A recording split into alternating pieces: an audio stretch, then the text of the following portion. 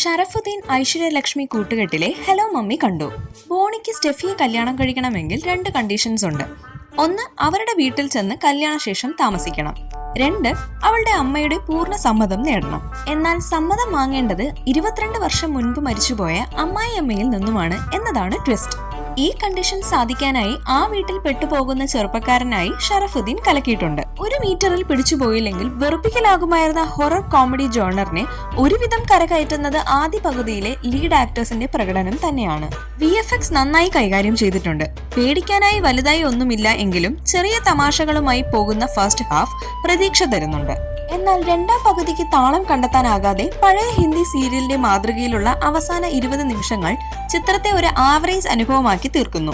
ധൈര്യമായി കുട്ടികളെയും കുടുംബത്തെയും കൊണ്ടുപോയി 2.5 മണിക്കൂർ ചിലവഴിക്കാനുള്ള സിനിമ തന്നെയാണ് ഹലോ മമ്മി. എന്തായാലും നമുക്കിടയ്ക്കൊക്കെ ഒരു കാഞ്ചനയും ബുൾബുള്ളയെയും ഒക്കെ വേണമല്ലോ.